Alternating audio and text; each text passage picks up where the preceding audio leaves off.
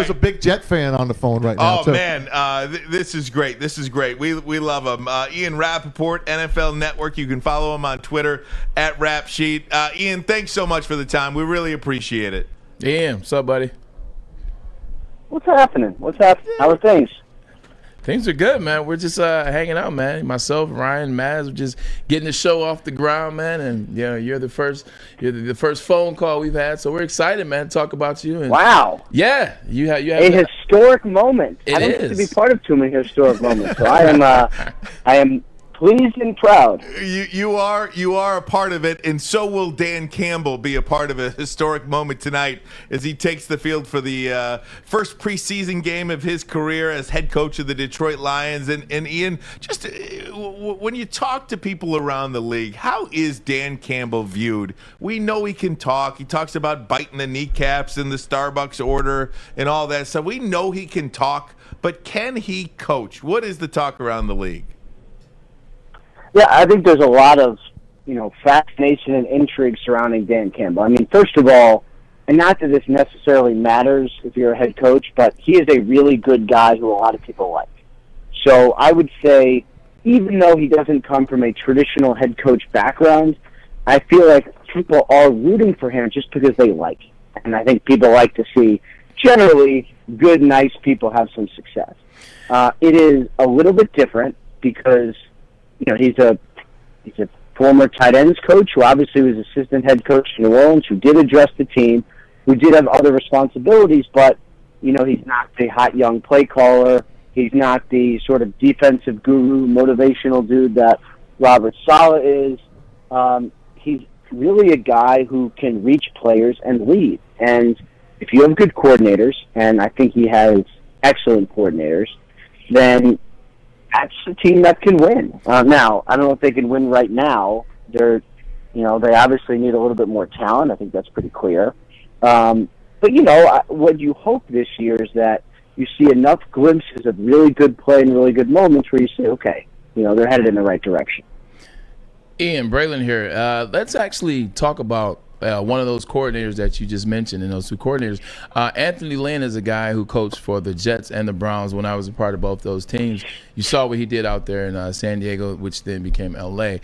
What are you looking for, A-Lynn, as we call him, in the locker room? What are you looking for A-Lynn to kind of administer and kind of bring to the Lions? Like, what is success for A-Lynn in year one with the Detroit Lions and Dan Campbell's team? Two things. One is get Jared Goff thinking and acting and being and playing like a franchise quarterback. I mean, I don't think it's a stretch to say that, his confidence was way down by the end of last year. I mean, it really was. He was a different player. I think last year was really hard on him for a number of reasons. Essentially got replaced, even with the injury, and, I think his psyche really took a hit. So, work to build Jared Goff back up to being a franchise guy. I mean, if Jared Goff is a franchise quarterback, then life is very easy for the Detroit Lions, because that means when you have multiple first-rounders in the coming years, you don't have to spend it on the quarterback. That's a huge deal. So that would be a big win if, by the end of this year they say, Jared Goff is our guy and we don't need to draft a quarterback. I think that would be really good. The other thing is... Oh, I'm sorry. Please go ahead. Continue. No, I was gonna pick up off on that Jared Goff statement there, because I agree with you, Ian. I think if the Detroit Lions don't have to burn a first-round pick on a quarterback in 2022, that means that this thing is trending in the right direction, and you can use that pick on another area of need. Jared Goff can be, in my opinion, a future quarterback long term for the Detroit Lions. Does Jared Goff, do you think, view Detroit as a long term franchise for himself? I don't see why he wouldn't, because if they're a team that is well coached and successful and it's headed in the right direction, I don't think he needs a surfboard to be happy. That was the question. He had that and he wasn't happy. Yeah. I just don't. You could be, Josh Allen is probably going to spend the rest of his life playing in Buffalo, which, is very cold, and they do have wings. It's not a perfect place, and I think he's going to be really, really happy. You know what I mean? Goff can spend time, if he does surf or play golf or whatever, like, he could do it in the summers. You know what I mean? Like, I think if it's a good organization and they help him become the franchise quarterback that he has the talent to be, then I think he'll be very happy. Now, I will say the bad scenario here is if they get to the end of the year and they aren't sure. That would probably be the worst scenario, because then you get to where, the Jets were with Sam Darnold, where you're like, well, he could be a franchise guy. He may not be. What do we do? And they obviously decided to move on, but, either way, you'd like a very, very clear decision. Ian, if I could just piggyback off that too, because it almost feels like that scenario in which you just described almost feels like where this franchise has been with Matthew Stafford for the last decade plus. You always felt like they were one or two players away from competing for a playoff berth or a division title, and that just simply was not the case. You'd hate to see history repeat itself with Jared Goff if you're just not sure. Well, and that's why I thought I think the Lions really did just an incredible job of moving on from Stafford. I talked to Brad Holmes, the Lions GM, and I actually told him that, because what they did was they created the model for how to move on from a franchise quarterback. Because I think if you're Detroit and you draft Stafford in the first round, first overall, and you think that he's going to be your guy to lead you to the promised land, and then for a variety of reasons it doesn't happen, it's okay to be like, you know what, this did not work. We're going to start new. And I thought they did a really good job of saying, let's take this opportunity, let's make sure that we do right by Stafford, but let's also make sure we do right by the organization and put us in a position to succeed for the long term. I thought they did an incredible job with that. Ian, coming at you again. A team that finished 5-11 last year in the Detroit Lions, they changed their format up this year. They changed management, partial ownership to a certain extent, as well as coaching with Dan Campbell. What is success for the Detroit Lions this season? Dan Campbell's already talked about how they won't be a 10-6 team, or they won't be a lot of wins, and they're going to struggle. He's been on record as saying that publicly. What, in your mind, is success for the Detroit Lions this year? What does that look like? I think success would sort of include some moments where you think it's headed in the right direction.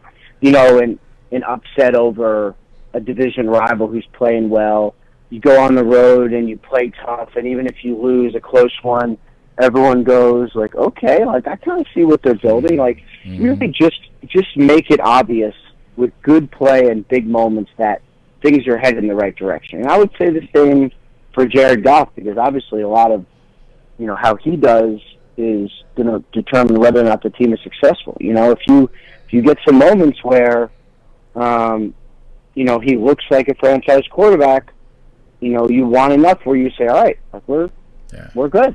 We are okay right now at quarterback. I agree, and I think more often than not, and I'm going to let Ryan jump in, is people, especially fans of their cities, of their teams, when their teams are rebuilding, they always try to measure success in wins and losses. And sometimes you just can't measure in wins and losses. It can't be 8-8 is success. It can't be 9-7 is success. Sometimes that team that wins 6-10, if you actually watch the games, they showed you a lot more than that 6-10 implicates when you're reading a stat sheet. So I agree with you 100%. It's not necessarily about the numbers. It's about what you watched out of that team for 48 minutes. Ian Rapoport joins us, NFL Network insider at Rap Sheet. We appreciate you, Ian. And we're going to watch two things here in Detroit. We're going to watch the Lions, and we're going to watch Matthew Stafford, what he's doing in the Rams.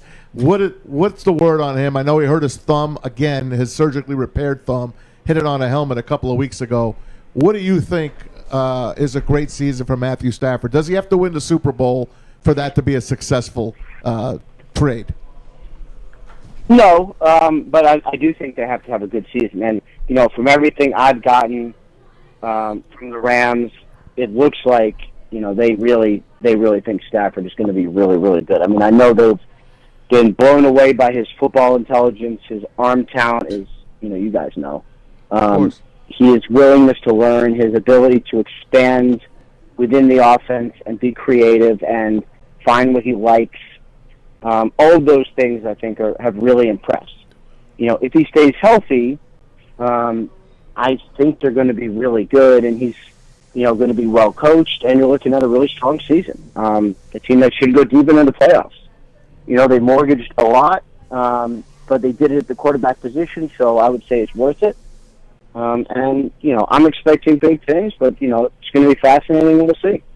We love Matthew Stafford. Man, I mean, come can on. you hear Matthew it? Stafford is so funny. Matthew Stafford's been the Lions quarterback. Now he goes to L.A. and all of a sudden he's the greatest thing. I know. Everyone knew that except us. No one knew him because he's hidden here. Nobody Yeah. knew him. Let's face it. Ian Rapoport, NFL Network. You can follow him on Twitter at RapSheet. Ian, I want to ask you about this because this came out earlier today, and I think it's an important story. I think it's gonna. The first of maybe many, the New Orleans Saints, the city of New Orleans, now requiring fans that come to see the Saints play either a proof of vaccination or a negative COVID test within 72 hours and a PCR test, not the rapid test that you would get. Also, masks worn in the stadium. That is from the city of New Orleans. This is the first NFL team that we know of doing this, and I keep saying NFL team, it's the city. Do you think this is going to be just the start of something moving forward? Yeah, probably. And I don't think it's a bad idea. I mean, the goal is to be as safe as possible, to enjoy and have a regular life and do fun things and be safe doing it. So, if you're fully vaccinated, and I am, then not a big deal. You just show them something and go about your business. If you're not fully vaccinated, then you also have a responsibility to be safe to your fellow people, and you just got to get a negative test, which is also, honestly, not that big a deal. So I like it. I'm sure many, many other cities, remember, it's a city ordinance, not a Team, not a league-wide. Yeah. I'm sure many teams are going to follow suit, and I think it's a good idea. Seriously, we hope we could do this again soon. We are admirers of your work. We appreciate you, and we're big fans of yours as well. So thanks for giving us some time here on guys. Woodward Sports Network. All right. I'm glad we can make some history. It's great talking to you guys. Take care. Absolutely. All right. Ian Rapoport, NFL Network. You can follow him on Twitter at RapSheet. Great stuff there. So, yeah, I mean, Good stuff. Look, when go back to the Detroit Lions, a lot of people want Dan Campbell to succeed because he's a nice guy. I mean, you look at him, you look around the league. This is a guy that gives a lot to the media, and look, we will lather ourselves. I mean, we love Dwayne Fonts. Oh my Yeah. gosh, Oh, Terry, I'm gonna ask Terry about this. Terry knows if you are nice to the Detroit media, Oh, man. you are going to get yourselves a couple of breaks along the way. I'm going to ask Terry about this next. This is Woodward Sports Network, Ermanni and Edwards.